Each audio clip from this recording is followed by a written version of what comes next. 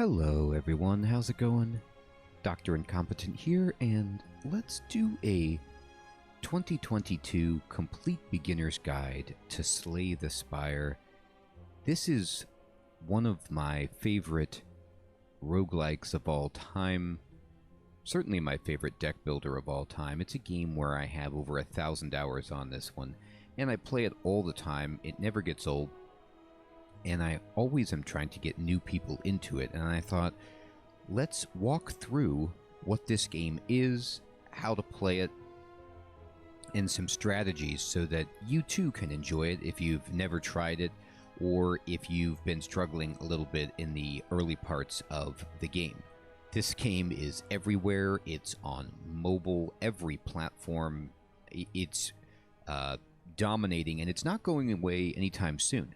And so let's dive in with a completely new file to see what the experience is like. So I'm going to click play, and we're going to be doing standard. These other modes are locked until you complete some requirements.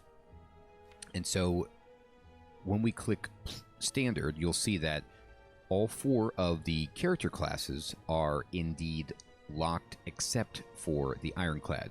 As you play the game, at the beginning of Slay the Spire, you kind of get some experience and you level up and you unlock new cards and relics for the class that you're leveling, and you also will start to unlock new characters. Okay, so you could get the Silent, you can get the Defect, and you can get the Watcher as you go. But right now, we're just going to focus on what we can, which is picking the Ironclad. All right, the Ironclad is the character that we all start out with, and he's great because he's more straightforward than the other characters in the sense that it's just about doing a bunch of damage, and that makes learning the game a little bit easier because the options are narrowed.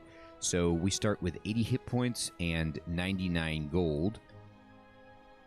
And it says right here that if we get to 300 points or experience, we will get 5 unlocks for doing that. The Ironclad is the remaining soldier of the Ironclads, and he sold his soul to harness demonic energies. And that's kind of the flavor here, which is that in addition to just hitting people with his weapon and blocking with his shield, the Ironclad also has this burning blood, which is his starter relic. And this means that at the end of every combat, he gets to heal for 6 hit points. This is an extremely powerful regeneration effect. It's a passive heal that you get at the end of every combat. It's fantastic. It's more impactful in the beginning of the game when 6 hit points is more meaningful. But either way, over the course of a run, it's just so much healing. It's a terrific trade-off. All you have to do is, sell your soul.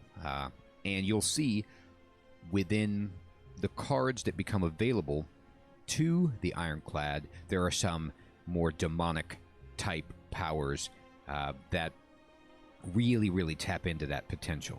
So I'm going to just go ahead and click Embark. Now, we are starting out on the base difficulty level, and as we begin to beat the game, we will actually be able to scale the difficulty of the game by going on what's called Ascension Mode. And that goes all the way up to 20 and makes the game harder at every stage. But luckily for us, we're right here on, I guess what could be called Ascension 0.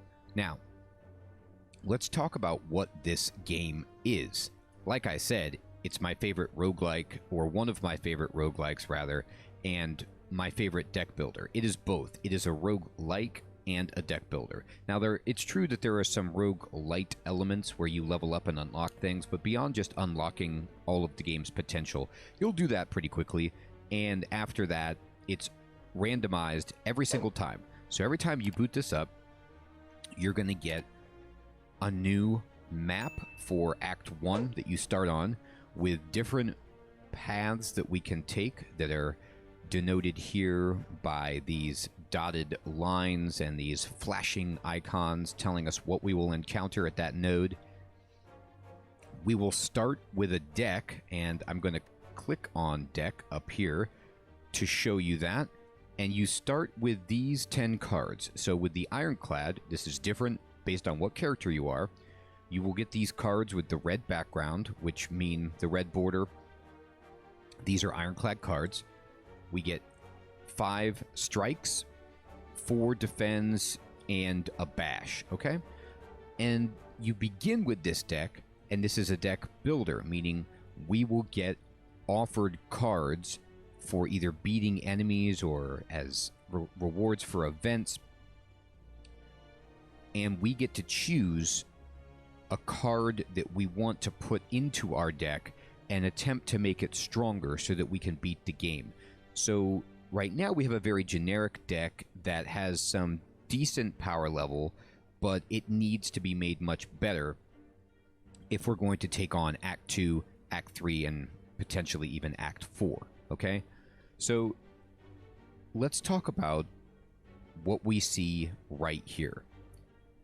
We have 5 strike cards, which are our basic attack cards. And in the upper left corner, you'll see that there is a ball with a number in it, a red, orange, glowing ball that has a 1 in it. That is how much energy this card takes to play, okay? When you start out the game, you get 3 energy per turn. There are ways to increase the amount of energy that you generate per turn, either with cards or relics, but for right now, we just have 3.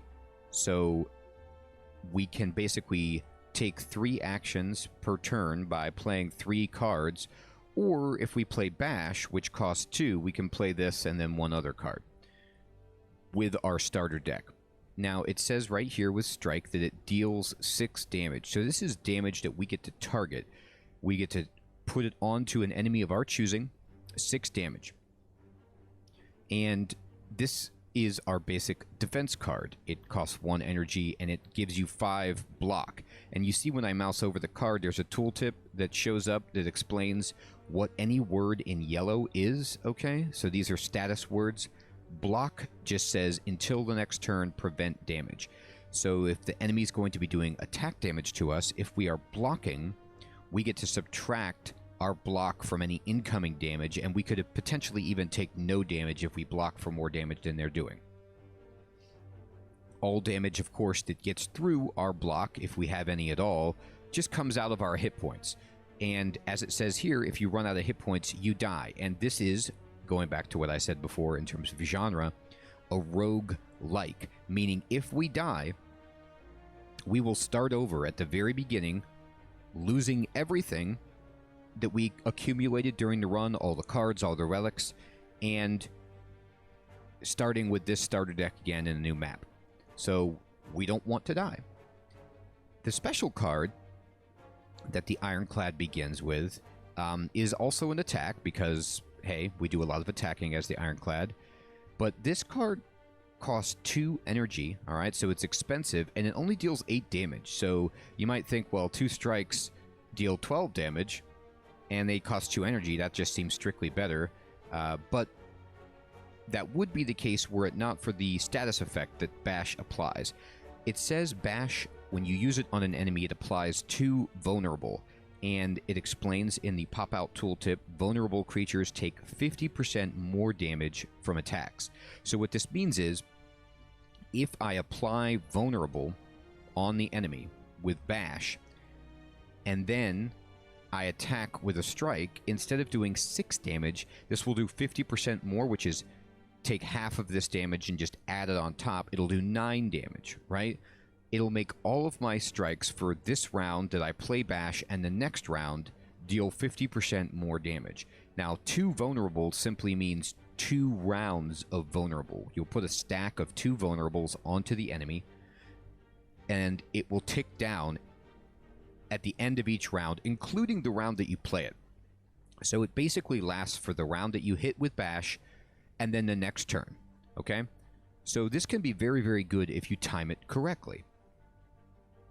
And that's it. So there's really only 3 types of cards that you begin with. Basic attack, defense, and your kind of buff attack that you want to do to put the enemy away.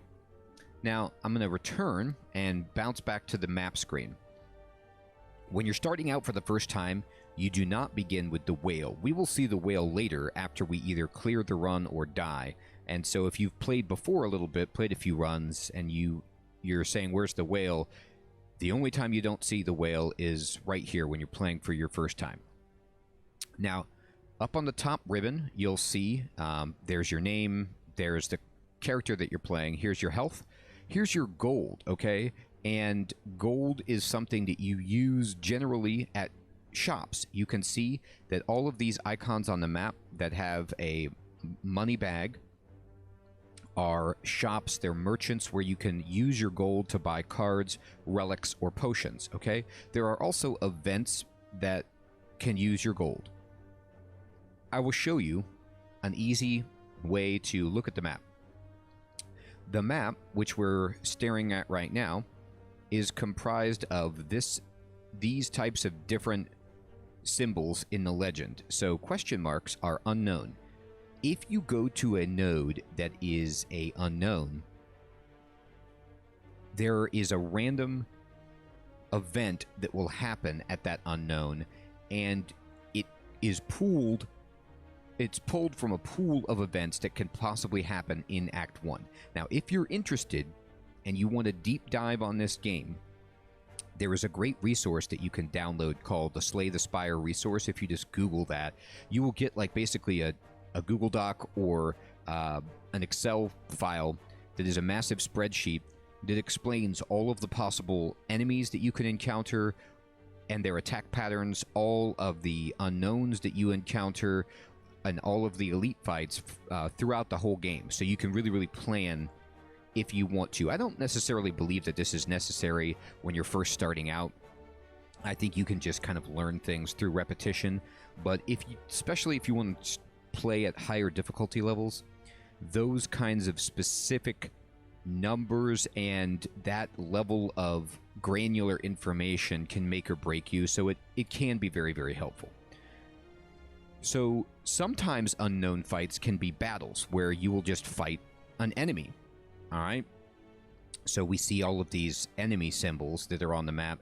These are guaranteed. Like I go here and I'm going to fight a basic enemies pulled from a set of enemies that I can fight. And unknowns can contain those. They could also be shops. It could turn into a shop. It could also turn out to be a treasure chest. Okay? Or it could be some kind of scripted event. So you really don't know, but they are interesting things to explore if you're interested, and you should be interested. I just said interested 4 times. Can you believe that? Because, as we will see, taking only enemies is not always the best thing to do, especially as the game gets harder.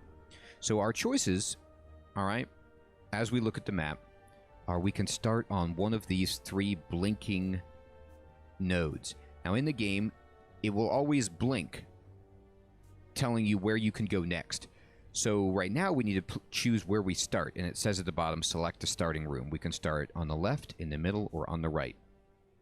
And what we need to do is select where we want to begin. Once we go there, we will clear that room or die.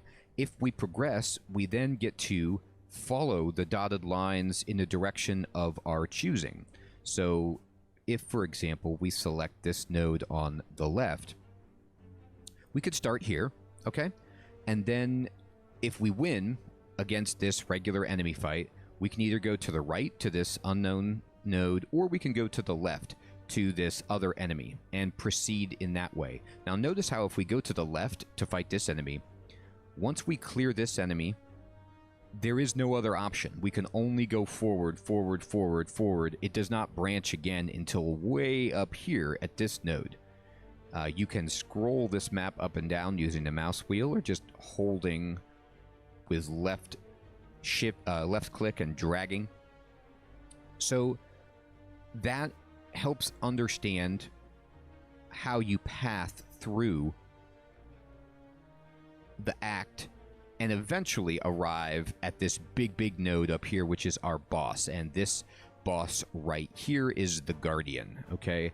There are 3 different types of bosses that you can get. It's randomly chosen for Act 1. You can get the Slime Boss, Hexaghost, or the Guardian, and we got the Guardian, okay? And the great thing about this game is you can go up and look at the boss and use that information to help inform what cards you add to your deck, because you will know what the Guardian does, what his attack patterns are, and what cards are beneficial in that fight. But for now, we also need to explain some other features of the map. So you'll see these campfires, okay? And these are rest sites. So at these campfires or rest sites, you can go here and you have a choice of generally just 3 options to begin with. You can either rest and recover health if you've lost health, or you can upgrade a card, okay? So you can take one of the cards in your deck and upgrade it. Now, if I click on Strike, for example, it zooms into it, and then at the bottom of the screen, you'll see a View Upgrade box, and I can click on this, and if I check it, it's going to show us Strike Plus. So all cards in the game can be upgraded, okay? Except curse cards, for example, or status cards, but all cards that you can play, that you can add to your deck, that are not curses or status cards, you can upgrade. And when you do upgrade it, they become better, okay? Or usually that's the case. In some way, they're trying to improve. And so for us, if we were to upgrade Strike, it now deals 9 damage instead of 6. So the changed features of this will be shown in green. But check this out. If I were to upgrade Bash, Bash Plus gives me 10 damage and now applies 3 turns of vulnerable instead of just 2, and it all costs the same energy. Now you want to look at the energy because some cards actually will reduce in energy cost when you upgrade them. So if you go to a campfire or a rest site, you can upgrade any of the cards that you choose in your deck, and you get to pick, and make it stronger, all right? So we've talked about unknowns, we've talked about merchants, we've talked about... Ooh, we haven't talked about treasure chests. Every act will have one fixed treasure chest on it, okay? And so you can see, no matter what path you take, you're going to get a treasure chest, all right? And you're guaranteed 1, okay, on an act. But oftentimes, if you go to an unknown, it might be a treasure chest and you might get another one. So that's possible. A treasure chest is just a box that contains a relic, okay? Relics are displayed underneath your character in the upper left, and we all start with one. It's called your starter relic. We already talked about Burning Blood. This is the one we start with. And every relic you get will just add into a row that will grow, moving from left to right across the screen underneath the bottom ribbon. And you will get all of the passive abilities of these relics. Relics are extremely powerful, and you would like to get them, so treasure chests are great for that reason. Now, I will also say that you can get relics from doing and encountering the last thing on our legend to talk about, which are elite fights. So these are enemies that look just like enemies, but you see they have these big horns on them. So they're not these regular small fry enemies. These are big boy, like mini-boss type enemies. If we fight these, they are much harder than regular enemies, but they provide much greater rewards. It says here, elites are powerful foes. If you defeat them, you will be rewarded with a relic. And this is true. You'll get a relic. So you get more gold, you get a better chance of getting a rare card from an elite, from the card rewards, and you get a relic. So you get great stuff from fighting elites. They're just harder, okay? I recommend trying to take on elites and learning them, because mastering elites will make you so much stronger in the long run. Now, that doesn't mean you can take every elite fight that you see, but you should try to plan for something that gives you an opportunity to take on elites, okay? And that goes back to the original objective that we have right here, which is choosing our path. We have our gold, we have our health, we have our starting relic, we have our starting deck of cards, but now we need to choose how we're going to try to begin this attempt to slay the Spire. How are we going to start, and how are we going to move up? When you look at this map, you get the opportunity to just take in the entire thing from the starting point all the way to the boss, and you want to choose a path that you think will lead you to victory by making a risk-reward analysis of the paths and making decisions like, okay, well, do I want to go to a shop? Or do I want to have a bunch of unknown fights? Do I want to fight a bunch of elites? How do I want to get there? So I'll give you some general rules of thumb, some pointers.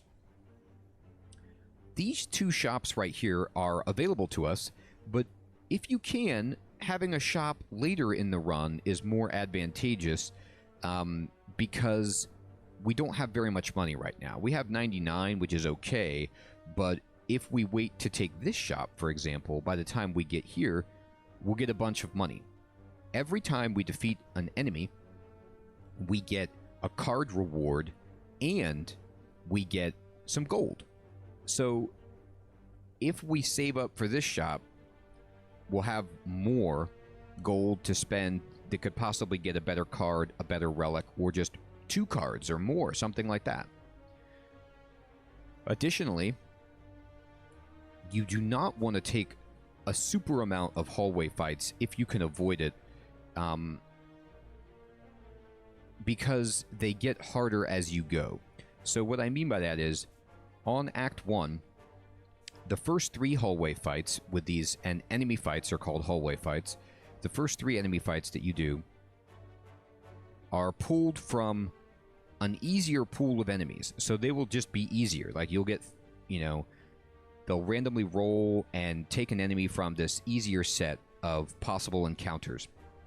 But once you've done 3, every encounter beyond the 3rd, so 4 and above, is going to be from a more challenging set of enemies. So, you know, the 4th, 5th, 6th fight that you take will be harder enemies, but will be the same rewards, gold and a card reward and maybe a potion. So it's not always the best to just take this path, for example, which is just, you know, 5 hallway fights right away. So I like to pick a nice smattering of hallway fights, maybe 2 or 3 before I fight my first elite. I like to have a fire, preferably if I can, before the elite if I need to rest up or upgrade a card. And if you can get a shop early and you want to do it, that's fine. But I'd like to save it for later if possible, but that's not always the case. So let's see what options we could take. We could take this path along the left. It would give us 1, 2, 3, 4, 5 hallway fights, and then a rest site, and then an elite. Then we'd have an unknown, a chest, a rest, hallway fight, unknown, and then, you know, a couple more rest sites and another fight until the boss. That's okay. That's a lot of campfires, which is good for upgrading our cards. But it's only 1 elite, and I'd like to take, if I can, 2 elites. So the first thing I want to do is just look for myself. Okay, can I fight 2 elites? Which paths will allow me to do that? And it looks like there's a couple of options. If I take this elite, I can path up to this one. Or if I take this elite, I can path up to this one. So that means that basically there's only the max number of elites I can take on this act is 2. So let's look at the easiest path that can get me 2 elites. Alright, so if I were to take, for example, I can also take this elite and swerve to the right and take that elite. If I were to take this path, and let's say I started here, had this unknown, I went to the shop, okay? And then fight, rest, elite, rest, chest, unknown, fight, unknown, elite, fight, rest. That is okay, but it would give me 2 fires and 2 elites, not bad, in a shop. But what if I did this? It's a little wild. There's 2 guaranteed fights, there's 3 unknowns, and we get to the elite. Then I could either go here and rest immediately if I was concerned, but if I was feeling great, I could go over here and try to get this later shop, then bounce and get the chest. Then I could go fight a second elite, but if I'm not feeling good at this fork, I could go to the left and skip out and get these extra 2 campfires. So I'm not saying that this is the perfect path, right? You definitely could choose however you want to do it, and the only way to really understand the pathing is through experience, but I will tell you that you want to try and not take only hallway fights, and you want to try to get at least 2 elites, try to get a good number of rest sites to upgrade your cards or heal if it's an emergency, and a shop would be good. So I'm going to try this path right here. So now the tutorial is going to explain how to play the game to us. It says defeat enemies by playing cards from your hand. Cards require energy to play, like we talked about. At the start of your turn, new cards are drawn and your energy is replenished. So what that means is we have a starter deck of 10 cards. That deck will be shuffled up, and we get to draw 5 cards from the deck to start the game, or to start the fight. And we play as many of those cards as we can, and then at the end of the turn, we discard any cards that we didn't play, and at the beginning of our next turn, we draw 5 new cards from the remaining cards left in our deck. When the deck is depleted, you just shuffle up the discard pile and you put it right back underneath the top card of the deck, and you keep drawing, and on and on and on. Play defensive cards to block enemies who are about to attack you, and we'll talk about that. Block reduces incoming damage, but wears off at the start of your next turn, and this is vital to know. So when you play block, right, like basic defend gives us 5 block.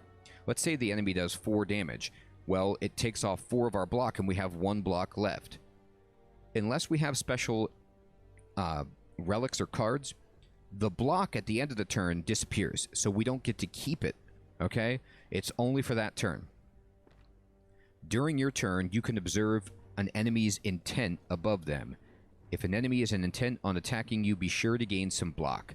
This is what makes Slay the Spire so great. You get your hand, you have your energy, and you get to start making decisions with knowledge, unless you have the runic dome, of what your enemy is going to do to you. So this, thief right here wants to attack me for 10. So if I play 2 block cards to get 10 block, I will nullify his attack. So you know what they're going to do, and you make decisions with your cards based on what's happening to you and how much health they have left and what cards you might draw next and what your relics are telling you, and on and on.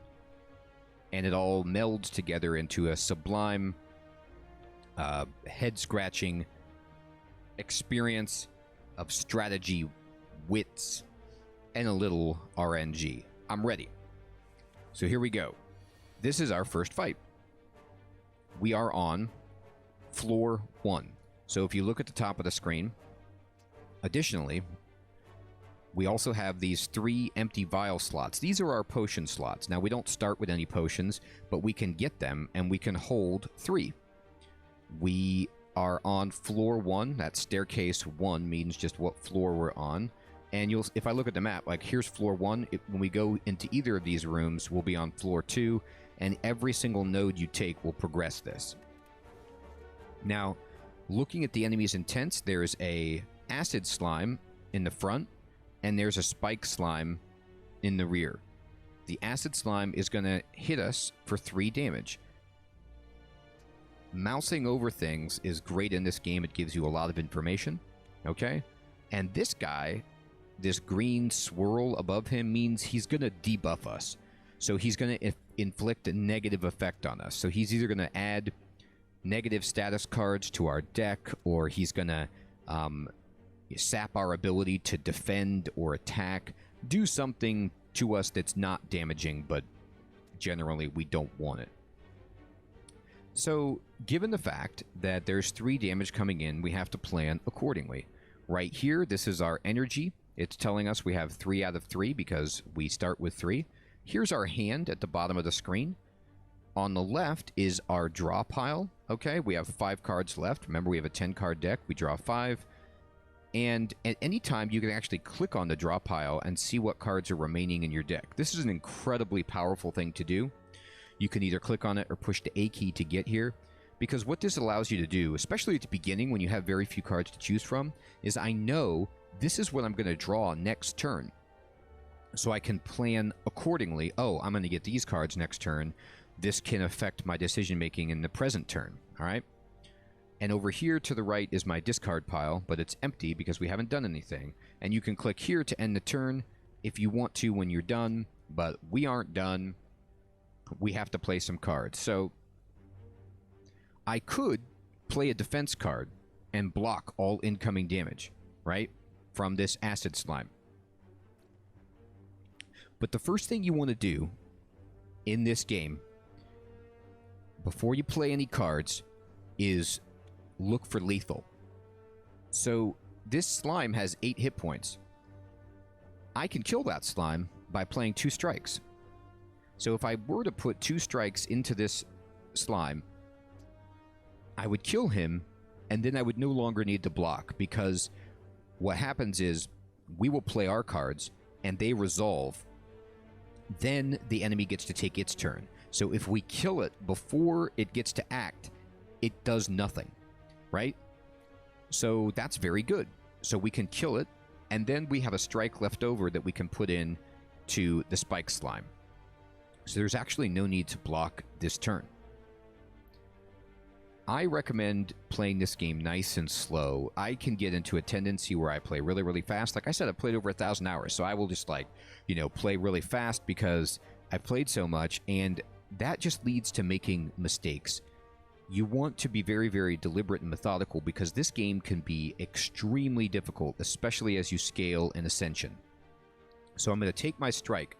When I click on it and I hold the left mouse button down, and this will be different based on if you're playing on mobile or you're playing on the Switch or on the console or whatever, but this will, if you click on this, it'll give you this arrow, and you get to then point the arrow at either the acid slime or the spike slime. And when you select an enemy, the arrow that's gray right now will turn red, and then the enemy will be surrounded in this kind of like yellow cornered border, and the name of the enemy will become apparent, indicating very clearly to you that that's who you're targeting.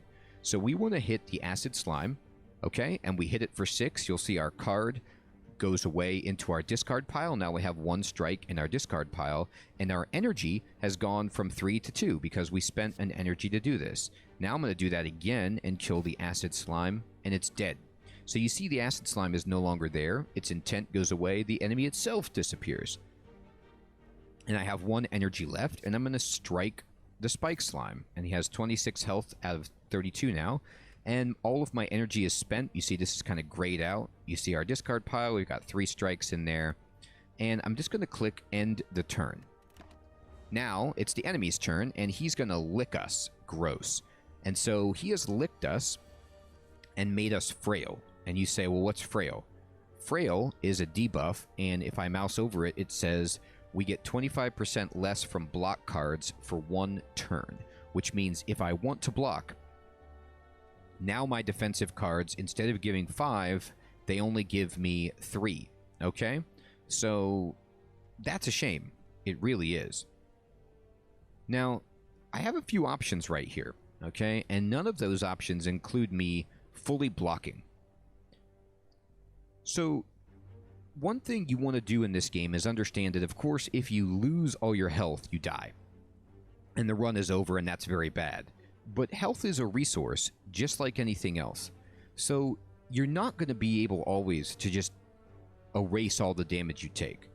So don't obsess about trying to fully block when you could actually save yourself more hit points by doing a lot of damage in a turn and then killing the enemy outright next turn.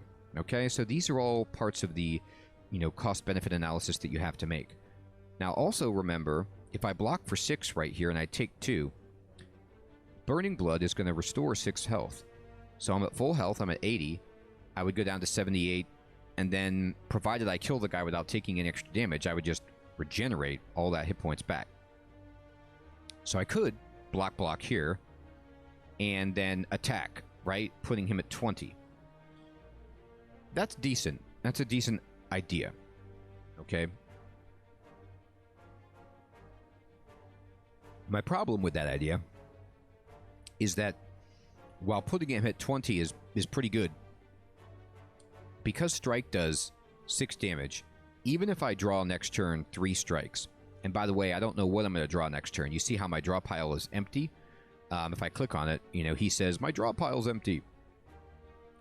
I'm going to play these cards, and the ones I don't play, they'll all go into my discard pile. It will get shuffled up and come back here. So I don't know what I'm going to get next turn. But even if I did get 3 strikes, I would only be able to do 18 damage, and that wouldn't kill the guy. So he would have another turn of being able to hit me. So that's something to consider.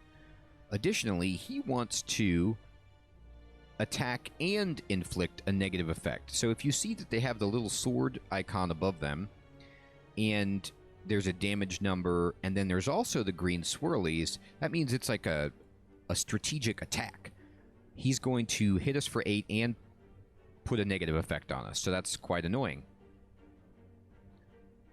By the way, this red weapon icon will get more dangerous looking and larger based on how much damage that we're taking, so it's a kind of fun visual way to see how much damage is incoming. So one thing I might want to do is actually use my bash here, because if I put vulnerable on the bad guy, I put him at 18 and vulnerable, meaning that if I draw 2 strikes, I'll do 18 damage and kill him next turn. And that gives us a better opportunity to kill him because it's easier to draw 2 strikes than 3. However, I will take 5 damage if I do that. If I play bash and block, I'll still take 5, but I can heal for all of it if I can kill it next turn. You'll start to see right away that there's a lot of just very light math in this game. It's like a numbers game. You're going to do like some just basic addition and subtraction. And you don't have to, of course, if you don't want to, but if you want to stay alive, it's generally advised to just kind of walk through it. I like the idea of bashing and defending. I could also strike, defend if I want, or I could defend, strike. I have a lot of options. I could also bash and strike, but bashing and striking doesn't kill the enemy outright, and it just means I'm going to take 8 full damage, which I cannot completely regenerate from. So I'm going to kind of, you know, split the difference and do this. This is a gamble, but a lot of this game is gambling. So I'll hit it with bash. You'll see that it gets the vulnerable status effect on it. And again, you can just mouse over. It says it's going to take 50% more damage from attacks for the next 2 turns. Okay? And then I'm going to block. And I'm going to end the turn. And so this guy is going to bash me in the face for 5 damage. And actually, his status effect was just adding a slime card to my deck. Now, you might say, well, what's the big deal? He put a slime card in your deck. What that does is it puts an opportunity cost in your deck, and it slows you down. And what I mean by that is, like, now I'm drawing 5 cards, but one of those cards that I draw could be a slime card. And a slime card I really can't do anything with except spend an energy to get rid of it. So it's limiting the amount of options that I have in my hand. Now, one isn't horrible, but if they put a bunch of slime cards in my hand, and then I drew only slime cards, and the enemy wants to attack me for 1 billion damage, and I can't block, that's really bad. So it slows your deck down. At first, it's not too bad, but it can escalate quickly if you don't handle the fight. Now, it says here, if there's no more cards, your discard pile is shuffled into the draw pile. Got it. Bam. So indeed, you will see. Look what I drew, the slime card. Now, it says you can pay 1 energy to exhaust it. And exhausted cards are removed until end of combat. So if you exhaust this card, it goes into a separate discard pile, which is called your exhaust pile, and that pile is out of the game, and it will not be shuffled back into your deck. So you get rid of it forever. You won't have to see it again. In this case, it's just gone forever.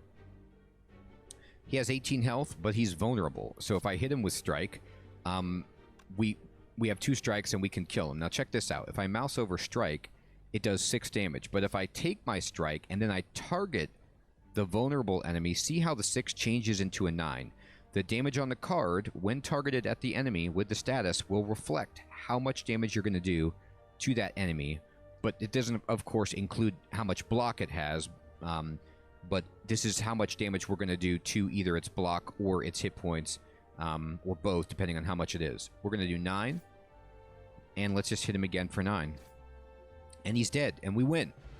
And you see, we healed 6, that big green 6 that jumped out, and this pulse, if you were quick enough to see that, the relics will pulse when they activate. And now we're back to full health, and we get the spoils, which is we get 12 gold, and we get to add a card to our deck. This is fantastic.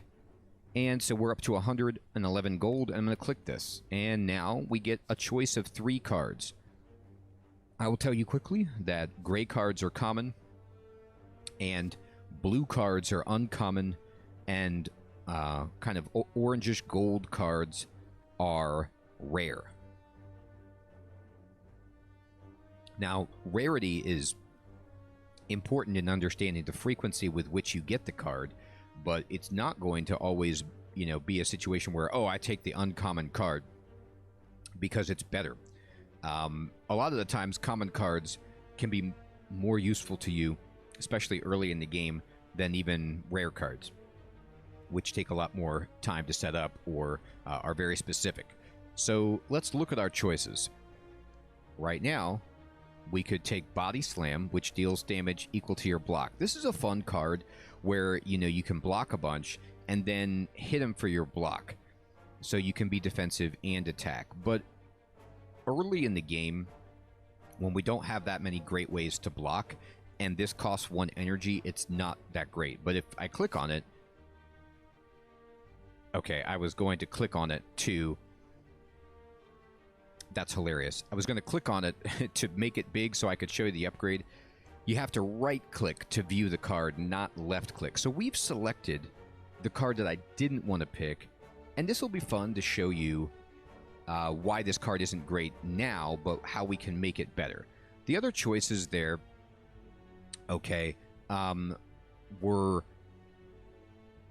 Armaments, which is what I was going to take, which is a fantastic block card that upgrades 1 card in your hand, but if you upgrade it, it will upgrade all of the cards in your hand for the rest of combat, so it's just a terrific way to add value to your deck. The nice thing about Armaments, even unupgraded, when you play it, you get to choose the card in your hand that you upgrade, and it gives you 5 block. So it's like it's already as good as a basic defend that you have in terms of how much it blocks, but it gives you the power to upgrade a card, which can be enormous. So that was going to be my recommendation for what to take first. Generally with Ironclad, like 1 Armaments in Act 1 is a really nice thing to have. The other choice was Dropkick. Now, Dropkick deals 5 damage, and if the enemy is vulnerable, you get to gain an energy and draw a card. This is an okay card. I'm not huge on this card. You have to time it. So you have to be bashing and have the enemy to be vulnerable to really get any kind of value out of it. Because if the enemy is not vulnerable, then it's just strictly worse than a strike. All right? But if they are vulnerable, then you get to basically play it for free, and you get to draw a card. So that's kind of nice. But in my opinion, trying to get the timing down for that combo, especially as we start adding more cards to our deck, is going to be a little bit slippery. And so my pick there would have been Armaments. But out of a hilarious twist of fate, I took Body Slam, which I generally would never do. So let's see why you don't want to take that early. So when you're in your deck and you left click, you get to look at it. But on the selection screen, you have to right click to look at it. Left clicking will pick it. So in this beginner's guide, don't do what I did. Otherwise, when you're trying to look at a card, you're going to get a card that you wanted to look at before you picked it. Now, I'll show you, though. Body Slam, if you upgrade it, it costs 0. This is when Body Slam really starts to shine. When it is free and when you have a lot of block, then it can be great. It can be just absolutely amazing because it costs you nothing. But even if it costs 0 right now, I would have to be in a situation where, like, I want to block with 3 block cards, and I have 15 block, and then it's great. Yeah, 0 energy for 15 damage. That seems great, but that requires that I would draw a hand of 3 block cards and a body slam, which, as you will see, is not that easy to do. All right. So now we have our choice, and we picked our path. We're going to go to the right, and we're going to go into a event. And we get an event called the Winged Statue, and it says, among the stones and boulders, you notice an intricate, large blue statue resembling a wing. Yes, there it is. You find gold spilling from its cracks. Maybe there is more inside, all right? So you have 3 options. One of them is locked, and one of them is leave. By the way, speaking of options, when I was talking about choosing a card, you have 4 options normally, okay? And the 4th option is not talked about that much, but is extremely important, which is the same as leaving right here. You can skip the card that you're going to take. So if they offer you 3 cards, you do not have to take a card if you don't like it. And oftentimes, it's the better choice to not take a card. You don't want to add meh cards to your deck, because then you will have this bloated, large deck of cards that you can't find your good cards, because you keep drawing these so-so or weird cards that you just kind of took on a whim. You need to be really selective of what you take. Now, at the lower difficulty levels, there's a lot more margin for error, so you can afford to kind of splash around and experiment with cards, try to get some combo wombos off and stuff like that, and still win. But at higher Ascensions, especially Ascension 20, there's really no wiggle room, and selecting a card you didn't really need can be all the difference between killing you and winning. So watch out for that. Speaking of that, the first option here says remove a card from your deck and we lose 7 hit points. One great way to make your deck stronger is to remove cards from it so that you can increase the consistency of you drawing the cards that you want. You streamline your deck. So this first choice is actually usually really good. We get to remove a card, but we take 7 damage. Now, 7 damage might spook some people, but it's not a big deal. Especially if I go into the next fight and I win without taking damage. Burning Blood will heal almost all of that. But the effect of removing a card is so good that taking a little damage is generally something that you want to do. Most people target taking away a strike because basic strikes get replaced very quickly by the myriad of cards that cost 1 energy and just are better than basic strike. So I will take out a basic strike right here, but it's not actually that important to do that, because even though strike is not a great card, I need to do damage, and I don't want to, you know, dilute the effectiveness of my deck and make it so I just can't hurt things because I have no strikes. But luckily I'm the Ironclad, so I have 5 strikes and a bash, so I have plenty of ways to do damage, and getting rid of a strike is fine right here. But I would also not fault you if you just said, I don't want to take out a card right now, and you left. This other option, it says here, it requires a card with 10 or more damage. If I had a big attack card that did 10 or more damage, I could click on this, and what this would allow me to do is break the statue and the rocks around it and get more gold from it. But because we can't get the gold out, we can't break the statue, we'll take this option. We take 7 damage, and it says someone once told you of a cult that worshipped a giant bird. We'll see more about that. As you kneel in prayer, you begin to feel light-headed. You wake up sometime later feeling strangely fleet of foot. All right, so we prayed and we passed out and we took a little exhaustion damage from the bird god, but we're fleeter of foot, meaning we're more streamlined because we're getting rid of a card of our choice. And I'm going to get rid of this strike. You select it, and then you confirm selection, confirm, and boom, now we're back down to 10 cards in our deck. We have 4 strikes, a bash, a body slam, and 4 defends, and we're going to leave. Now we could go to the right and go to a shop if we wanted, and then go up, okay, and go fight this elite. And actually, you know, I was thinking that I didn't want to take this shop because it's early, and I wanted to go over here instead. But given where I'm at, I really want a better attack card. I just took out a strike, and I have a body slam, so I need a better card for attacking. So I'm going to go to the shop and see what we can get. So we hop into the merchant, okay? And when you get to the merchant, don't click skip merchant unless you don't want to shop. You click on the merchant, and then you open up the shop window. You can see that there are cards up here at the top that we can buy that are of our character's class. You see the red border. Then there are going to be two options that are gray, which are called colorless cards that every character can buy. And then there are 3 relics right here to choose from. There are 3 potions right here, and you can pay him 75 gold to take out a card from your deck. Now, the first time on this level of difficulty, it's 75, but every time you do this at shops in the future, it's going to cost 25 more gold to do that. So, it's a great service, but it scales in cost. Now, let's look at what cards we could buy, because there are some great choices up here, and I mean unbelievably good choices. What do we want to buy? We could buy a Pommel Strike. This is 52 gold, and it's 1 damage, does 9 damage, and draws a card. This is an amazing card. Alright, if I right-click on it and I upgrade it, it goes to 10 damage, and you get to draw 2 cards. That is fantastic. Drawing cards is always good in this game, because it allows you to see more cards in your hand and have more options of things to do, to cycle through your deck faster, to get to your better cards. It's great. See, look how much better that card is than a strike. This is why people take strikes out. This card costs the same energy, it does more damage, and it draws a card. That's strictly better on every count. Now, my next option is a rare card, and sometimes you'll see this where the merchant will put cards on sale. Usually rare cards are far more expensive than regular cards. You'll see that common cards are the cheapest, 52. Uncommon cards are slightly more expensive. These are all in the 70s.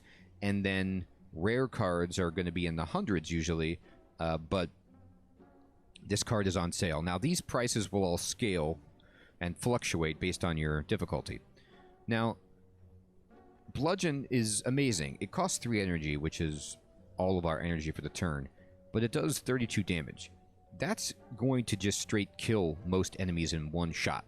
So, even though you won't be able to block, you probably won't need to block with that much damage.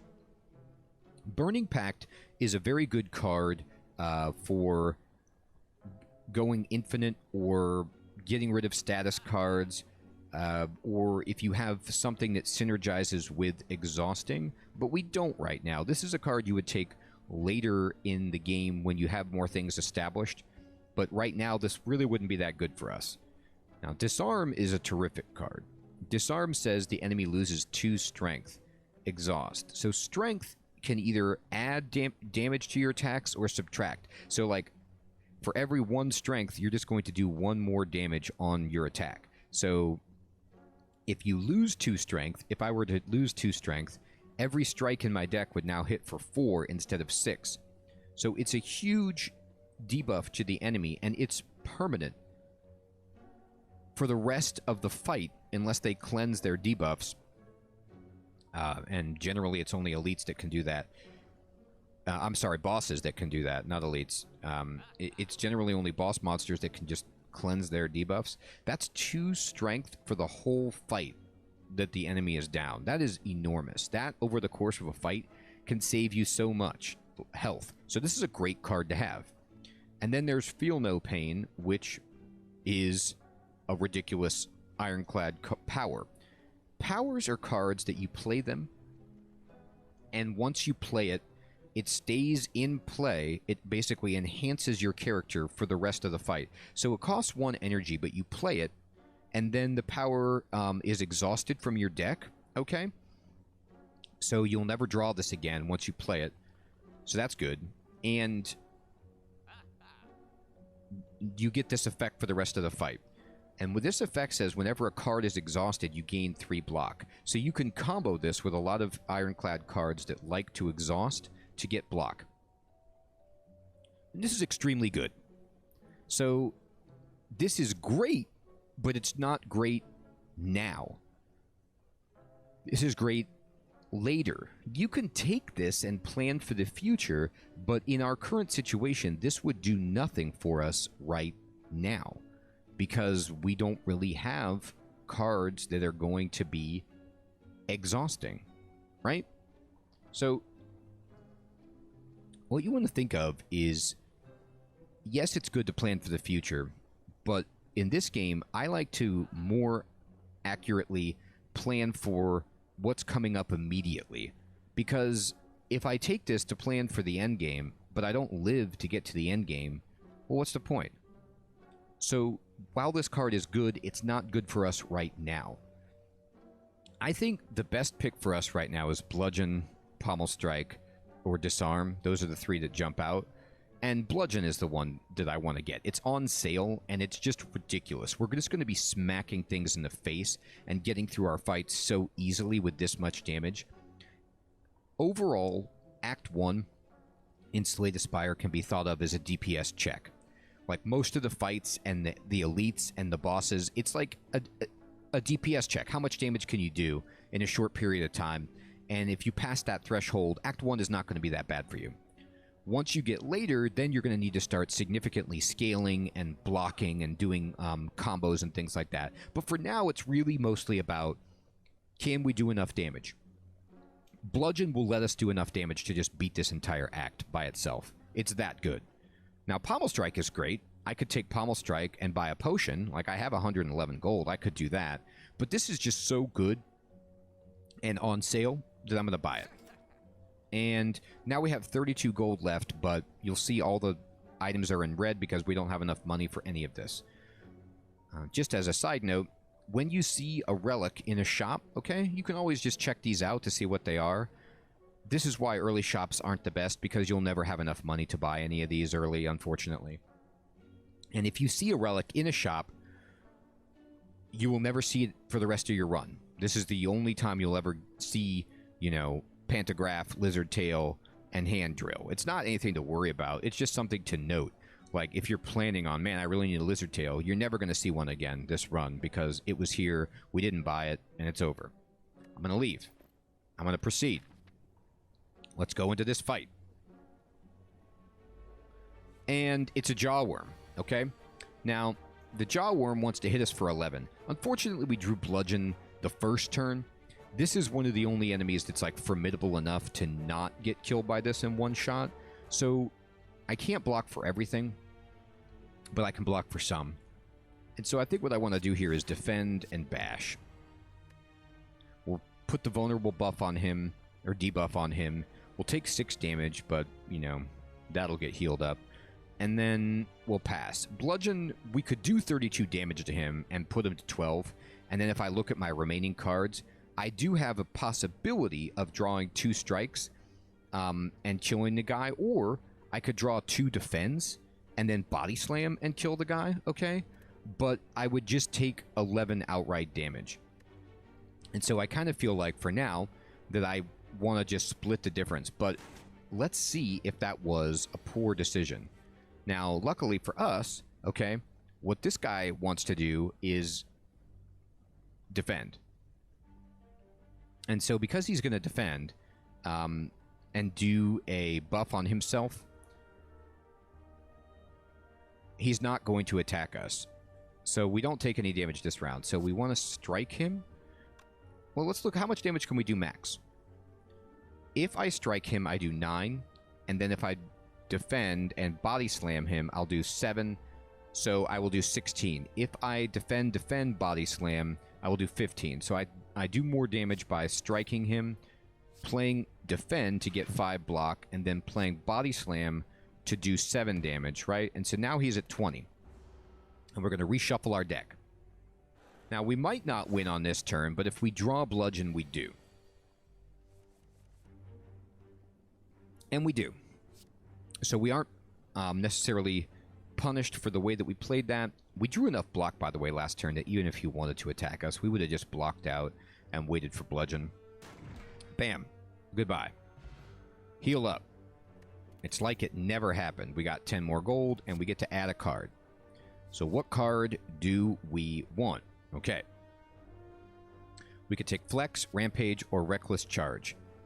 Flex is a card that's decent if you have the right kind of deck, but in my opinion, it's terrible for us right now. Yeah, we gain 2 strength, but you lose it at the end of the turn. It takes a draw away. Yes, it costs 0, but if we play this with Bludgeon, it boosts our damage by 2. We don't really have cards that take advantage of strength scaling that much right now. You want cards that do multiple attacks in the same on the same card to really make that shine, and we don't have that. Reckless Charge is like a 0-cost 7 damage card, which is cool, but it puts a Dazed into your draw pile, which will slow you down. So this can be good, but I think I'll just take a Rampage. Rampage deals 8 damage the first time you play it, and then it says increase this card's damage by 5 this combat. So what that means is the next time we get this card, it's going to do 13, and then we play it for 1 energy, does 13, and then it's going to do 5 more, and the third time we play it, it'll do 18. Now, before you get going and thinking how unbelievable that is, generally fights aren't going to last long enough for us to see this more than once or twice, but even so, just seeing it once, it does 8 damage for 1, so I'll take it. Better than my strike. I'm now going to swirl over here to this unknown, and we fall into a puddle. It's made of slime goop. Frantically, you claw yourself out over several minutes as you feel the goop starting to burn. You can feel goop in your ears, goop in your nose, goop everywhere. Climbing out, you notice that some of your gold is missing. Looking back to the puddle, you see your missing coins combined with gold from unfortunate adventurers mixing together in the puddle. Yikes. So we have 2 choices in this slimy world of goop. We can either get gold from other adventurers, but it's going to hurt us in the slimy goop. We take 11 hit points to get 75 gold, or we can not take any damage but lose our gold, 37 out of our 42 gold. So, you know, these are bad. On the surface, these are bad, but let's look at the map. You can, at any time, you can look at your deck, you can look at the map, okay? I'm going to look at the map. Look. Right here is a shop. We talked about that. So if I took 75 gold, maybe I want to go to this other shop and buy something else, because I'll have some gold from this and from the elite and potentially from this that would let me get something good. Overall, I personally like taking the damage to get the gold unless I'm prohibitively hurt, and I'm not. I'm only 7 down from max. So I'm going to take the damage and get 75 gold. Feeling the sting of the goop as the prolonged exposure starts to melt away at your skin, you manage to fish out the gold. Yes. All right. So now we are at 62 out of 80 health, which is fine, and we have 117 gold, and we're going to fight an elite. Keep in mind, we've fought 2 encounters and we have not received a potion yet as a reward. Potions are a random reward from fights, and every time you don't get a potion as a reward, your chance of seeing a potion increases until it goes up to 100%, and you'll just get a potion, and then that chance of seeing a potion will reset. So, unfortunately, we don't have for us a potion right now. Unfortunately, we don't have a potion. Potions are fantastic against elites, but we don't have it. It's fine. Let's fight an elite. All right, and we got Gremlin Knob. So Gremlin Knob is a big dude, and all you want to do to this guy is do attack damage.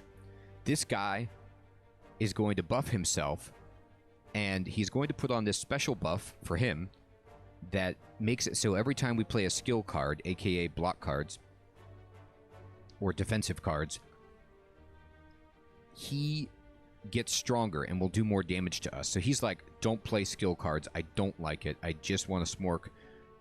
And we can accommodate that, because potentially we could draw Bludgeon or something next turn, which would be tremendous. So all we're going to do is just fight this guy. Let's bash him to put vulnerable, and then smack him with a strike and end the turn. Now, he's an elite. He's a special guy. He's got a special attack pattern and abilities, and now he wants to hit us for 6 damage and debuff us.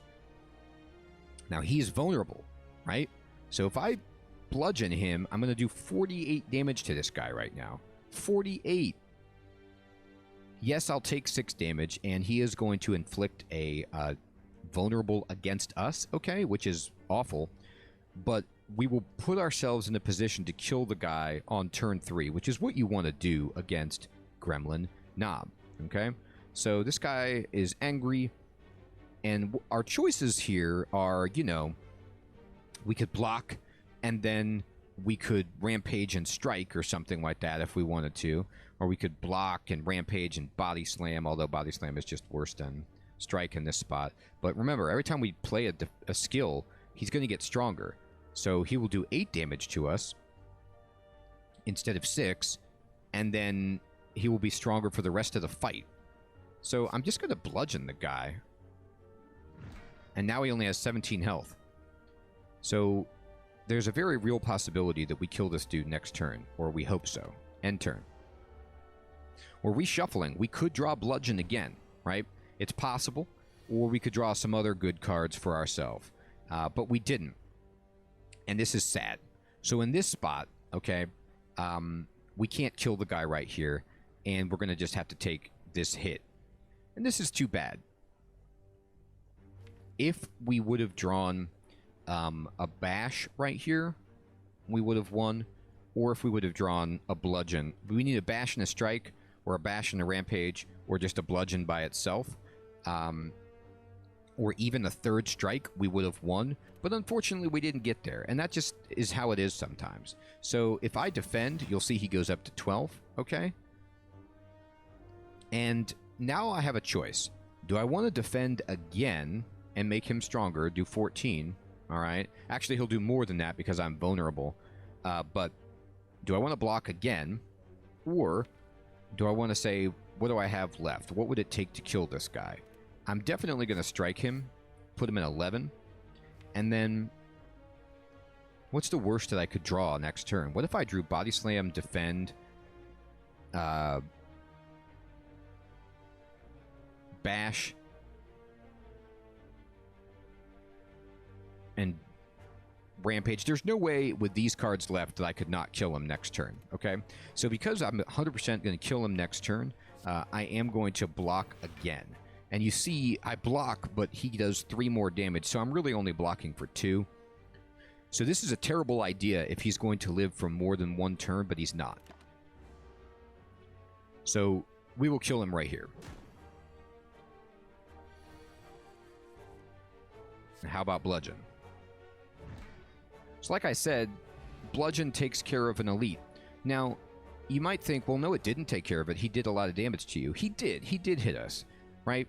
We went from 62 down to 57. So we took 5 damage in that fight. I mean, we really took 11, but our Burning Blood healed us. So effectively, we took 5 damage. But in exchange for 5 health, we got 35 gold. We get a Whetstone, which is our first relic. And this will just upgrade 2 random attack cards that we get. That's amazing, but we're not going to get it right now. Instead, I'm going to take this Blessing of the Forge, which is a potion, which will upgrade all the cards in our hand for the rest of combat. This is a great potion. Drink or throw potions during combat, and they stay with you between rooms. Exactly. So up here, now we have the Blessing of the Forge, and we can use this whenever we want. We can save it. It doesn't disappear.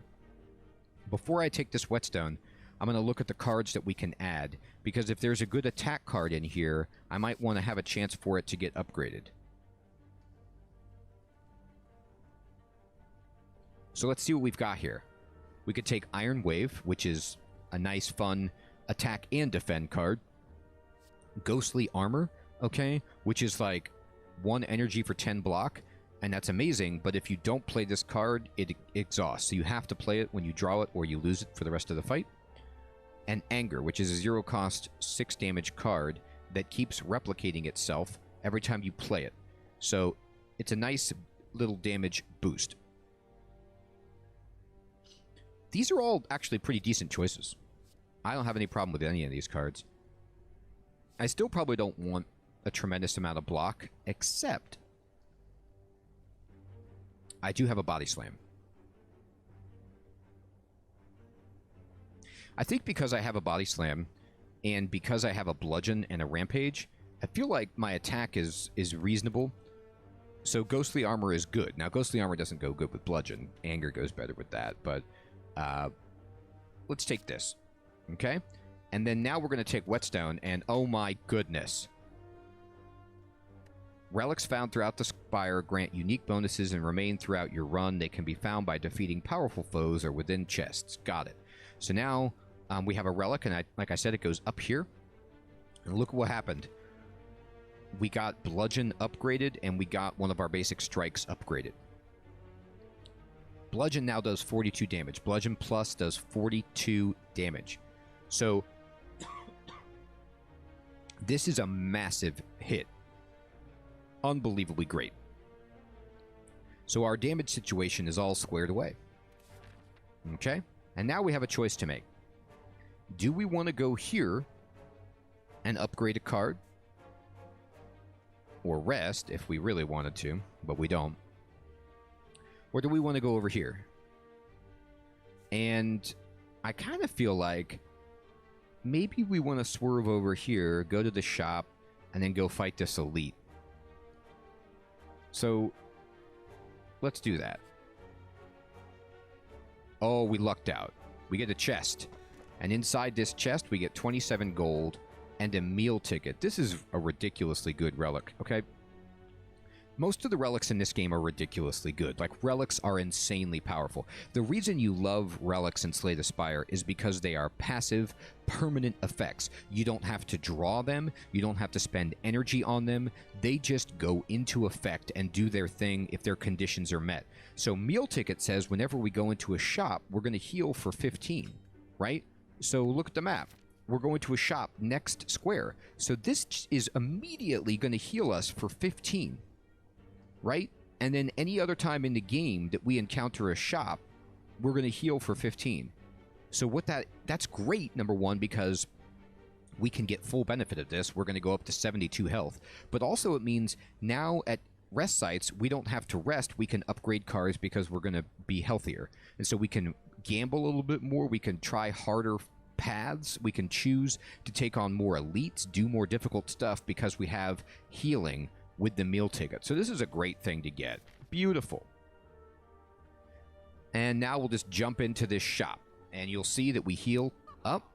And we are at a shop. And we have 179 gold. And we're cooking with gas on floor 8. Everyone, I think this is a good place to end this first episode of the Beginner's Guide.